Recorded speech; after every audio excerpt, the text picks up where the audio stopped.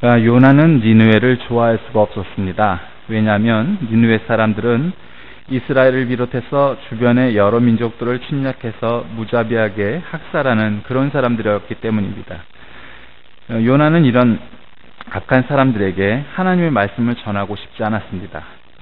요나의 마음속에는 자기가 세운 기준이 있었기 때문입니다. 그 기준은 정의와 공의로 표현될 수 있는 그런 것들입니다. 니느웨는 그들이 행한 일들로 볼 때 멸망받아야 마땅한 사람들이었습니다. 이런 자신만의 기준이 있었기에 요나는 하나님의 명령을 듣고도 하나님의 명령을 피해 도망갔던 것입니다. 우리가 마음속에 니느웨를 확실히 경험하게 되는 곳 중에 하나가 바로 전도훈련의 장입니다. 보통 훈련이 진행될수록 훈련생들은 자신의 주변에 있는 영혼들에 대한 부담감을 갖기 시작합니다. 왜냐하면 아직도 죽음을 향해 달려가는 그들을 향한 하나님의 사랑과 아픔을 마음 깊이 경험하기 때문입니다. 이때 마음속에 니느웨가 분명히 나타납니다. 하나님께서 지속적으로 떠오르게 하시지만 자신 안에 있는 상처와 여러 가지 이유들 때문에 복음을 전할 수 없는 니느웨가 누구에게나 있기 때문입니다. 때로는 가족이 니느웨일 수 있고 친구나 직장 동료가 니느웨일 수 있습니다. 내가 정말로 미워하는 사람일 수 있고 너무나 사랑하는 사람일 수도 있습니다. 그런데 니느웨는 개인의 문제에 국한되지 않습니다. 전도의 현장은 내 나라 내 민족에게서 끝나는 것이 아니기 때문입니다. 예수님께서는 분명히 온 천하에 다니며 만민에게 복음을 전파하라고 명령하셨습니다. 그런데 내 마음 가운데 복음을 전할 전도의 현장을 어느 특정한 지역이나 나라로 규정하고 있다면 그것은 예수님의 명령에 온전히 순종하는 것이 아닐 수 있습니다.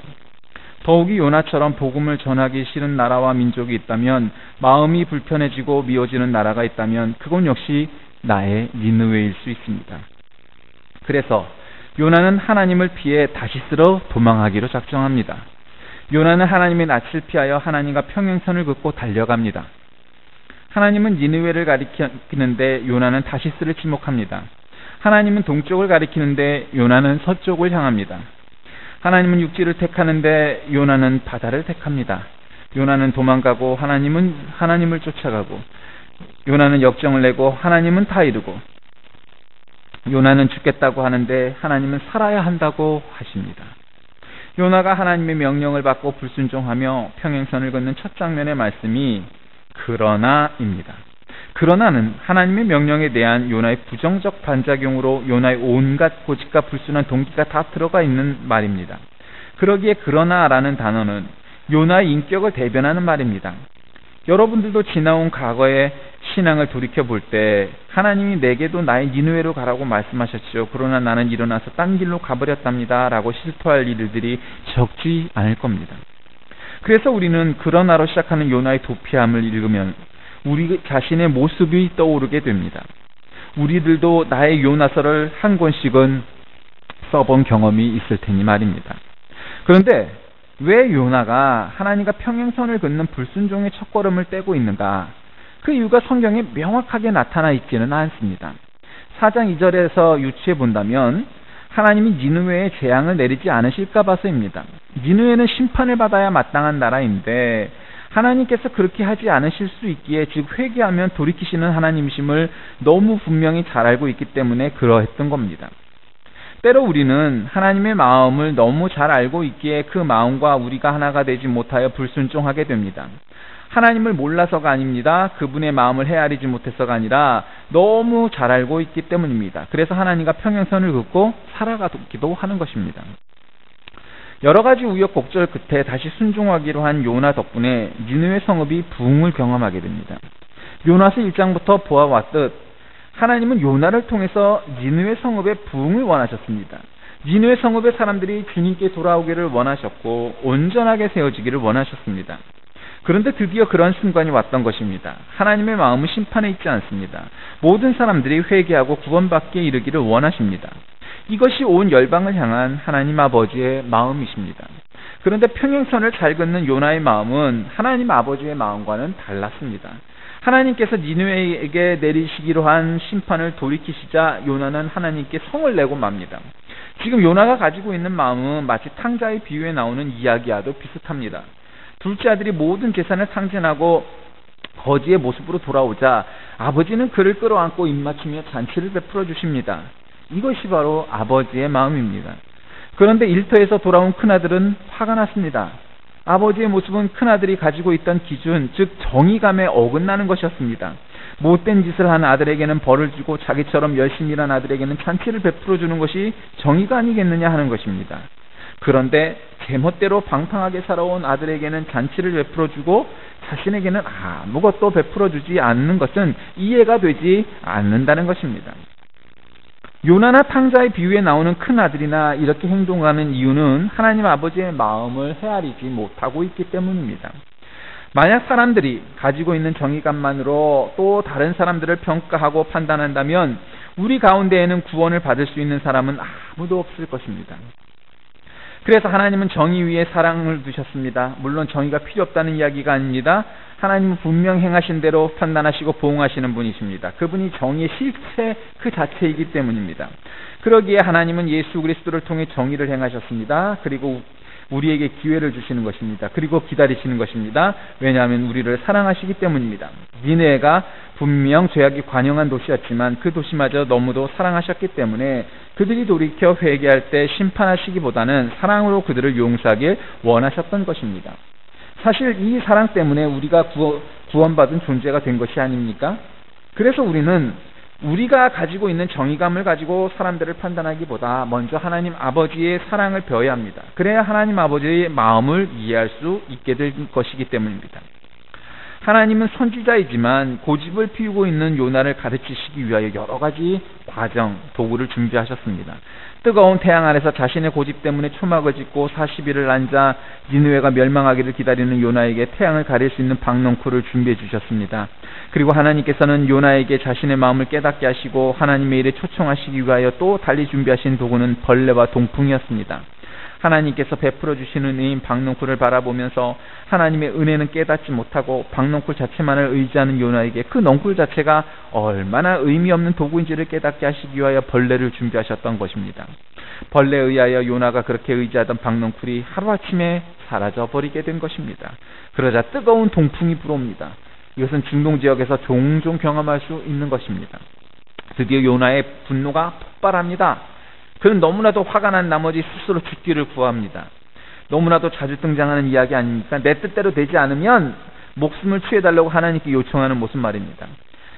하나님한테 때를 쓰는 겁니다. 하나님은 이러한 요나의 모습에서 말씀하시고 계신 것이 있습니다. 그것은 바로 요나가 가지고 있던 정의감과 기준이 얼마나 편협한 것인가를 가르쳐주고 계신 겁니다. 하나님께서 이 사실을 통하여 요나에게 말씀하고 있는 것이 있습니다. 그것은 사람의 분노는 자신의 기준에 따라서 좌우된다고 하는 것입니다. 악한 사람들이 쉽게 용서받으면 안 된다는 자신의 기준 때문에 분노를 표출할 정도로 의로운 사람이라면 자신의 것도 아닌 박넝쿨을 벌레가 갉아먹어 버렸다고 분노할 수 있느냐 하는 것입니다.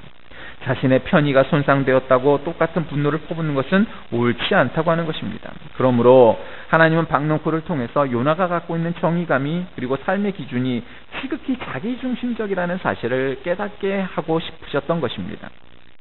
그러나 하나님은 요나를 괴롭히기 위하여 박넝쿨과 벌레 그리고 동풍을 준비하신 것은 아닙니다. 자연의 작은 변화 앞에서 그것을 처리하지 못하고 쉽게 분노하고 죽기를 강구하는 존재가 사람이라는 것을 가르쳐 주시기 위함이었습니다. 그리고 하나님을 알아가기를 원하셨습니다. 도대체 하나님의 뜻이 무엇인지, 하나님이 어떠한 마음을 가지고 계신지 묻기를 원하신 것입니다. 왜냐하면 하나님은 요나와 동행하기 원하셨고 요나가 하나님의 마음을 알아야 하나님과 동행하며 하나님의 일을 할 수 있기 때문입니다. 하나님은 여전히 요나를 사랑하고 계셨고 한번 부르신 사람을 포기하지 않으시는 분이기 때문입니다. 하나님은 요나에게 다시 말씀하십니다. 그리고 그 말씀 안에 궁극적인 자신의 마음을 표현하십니다. 여호와께서 가라사대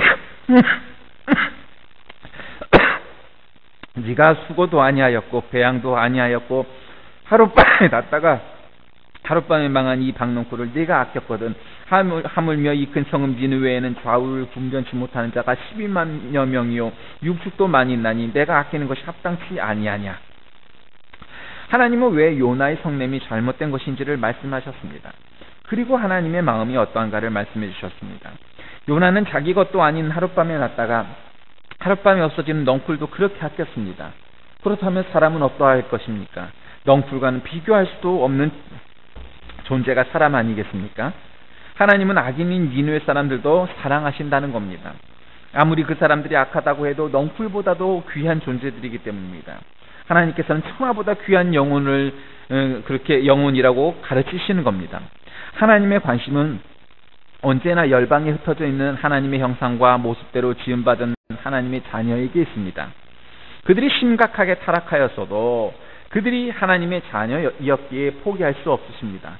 그래서 참고 또 참고 기다리며 그들이 돌아오기를 기다리시는 것입니다. 하나님은 구원받은 우리들이 그 일에 동참하기를 원하십니다. 여기서 우리가 분명히 기억해야 할 것이 있습니다. 하나님만이 분노하실 수 있습니다. 하나님이 분노하시지 않고 참으시는데 우리 인간이 무슨 정의감을 내세우며 사람들의 멸망을 요구할 수 있겠습니까? 우리가 자주 잊어버리는 것이 있습니다. 그것은 우리가 결코 절대자가 아니라는 사실입니다. 그저 우리는 티끌과 같은 존재요, 한계를 가진 피조물이라고 하는 것입니다. 따라서 모든 것이 우리 뜻대로 되지 않는 것은 너무도 당연한 것입니다. 그러므로 무슨 일이든지 하나님의 뜻이라고 판명되어지는 일들은 열심히 하되 그것이 하나님의 뜻이 아니라고 판명되어졌을 때는 얼마든지 포기하고 물러설 수 있는 마음을 가져야 합니다. 나보다도 더 크고 넓으신 뜻으로 이 세상을 움직여 나가시는 분이 하나님이심을 깨달아야 합니다. 그러므로 내 뜻과 하나님의 뜻이 부딪혔을 때에는 이해가 되지 않더라도 하나님의 뜻에 순종하고 그 의미를 물어보아야 할 것입니다. 하나님의 뜻을 이해하려고 노력해야 합니다. 그렇게 하나님을 알아가야 합니다. 우리가 할 수 있는 일은 하나님께 매사를 물으며 하나님의 도구가 되어서 하나님의 자녀들인 영혼들을 살리고 세우는 일입니다. 성경은 더 이상 요나의 어떤 대답도 기록하지 않고 마무리해버립니다. 이것 때문에 요나가 완전히 회개한 사람인가에 대한 논란도 많이 있습니다. 그러나 우리는 하나님의 은혜를 절실하게 경험하고서도 우리의 한계와 상처 때문에 언제든지 자기 자신의 기준으로 돌아갈 수 있는 자들이라는 사실입니다. 그래서 하나님은 한 번만이 아니라 지속적으로 우리에게 찾아오십니다. 물고기 뱃속에서 하나님의 기적을 체험한 요나였지만 자신이 원치 않았던 일들이 발생되었을 때 또다시 하나님께 고집을 피우고 맙니다. 그러나 하나님은 요나에게 다시 찾아오셔서 여러 가지 도구들을 통하여 하나님의 마음을 가르쳐 주십니다. 이것이 바로 사랑입니다. 그리고 요나를 포기하지 않으셨다는 증거입니다. 또한 요나를 사용하기를 원한다는 표시입니다. 그래서 요나서는 우리의 한계에 있는 모습을 요나를 통하여 여실히 드러내고 있다고 말할 수 있을 것입니다. 그러나 그러한 모습에도 불구하고 하나님은 우리가 하나님의 일에 동참하기를 원하십니다. 특별히 영혼을 살리는 일에 말입니다. 하나님은 요나에게 명령을 주시면서 두 가지 일을 하셨습니다. 한편으로는 하나님의 사람 요나를 완전히 다듬어 가시고 또 한편으로는 이스라엘만이 구원의 대상이 아니라 죄가 크게 달한 니느웨까지 사랑하시고 구원하시기 원하신다는 것을 보여주시는 것입니다. 나를 향한 그리고 열방을 향한 하나님의 마음을 알아서 우리에게 말씀하시는 하나님에게 전적으로 순종하고 굴복하는 우리가 되기를 원합니다.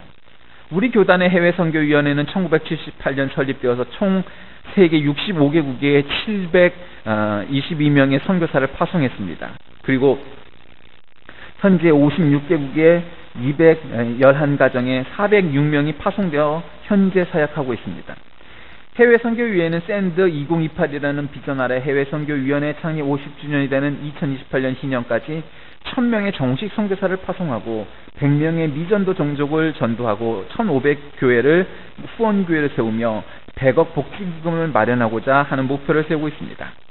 사랑하는 성도 여러분, 그것은 교단적 차원 혹은 교회적 차원의 일뿐만 아니라 우리 모두가 세계 열방을 향하여 하나님의 말씀 복음을 우리 교회 표처럼 소량 온누리의 복음을 전하고자 하는 마음을 우리가 가져야만 합니다. 우리가 싫어하는 나라이기 때문에, 너무도 먼 나라이기 때문에, 우리하고는 관계가 없는 나라이기 때문에가 아닙니다.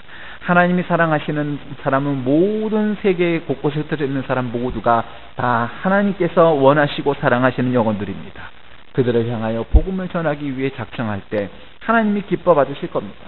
요나처럼 이렇게 끊임없이 자기의 뜻을 세우려고 하기보다 하나님 말씀에 순종하여 먼 곳이든 가까운 곳이든 나의 니느웨로 나아가 그들에게 복음을 전할 때 하나님께서 기뻐 받으시는 우리 모두가 되실 것입니다. 우리 모두 우리의 니느웨로 떠나는 우리 모두가 되시길 주의 이름으로 간절히 축원합니다.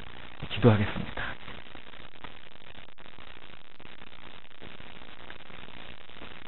하나님 아버지, 오늘 요나가 끊임없이 하나님 말씀에 불순종하고 자기의 뜻만 세우려고 끊임없이 큰 물고기 뱃속에도 들어갔다가 사막 속에서 뼈약볕에 놓여지기도 하지만 그는 한 번에 잘 깨닫고 이해하지를 못했습니다. 우리도 그처럼 사는 것은 아니겠습니까? 그것이 어디가 되었든 우리의 니느웨로 정말 떠날 수 있는 우리 모두가 되게 하셔서 하나님께서 세계 모든 영혼들을 향한 그 뜻을 우리가 세우는 우리 모든 솔수 공동체가 되게 인도하여 주옵소서. 예수님의 이름으로 기도합니다. 아멘.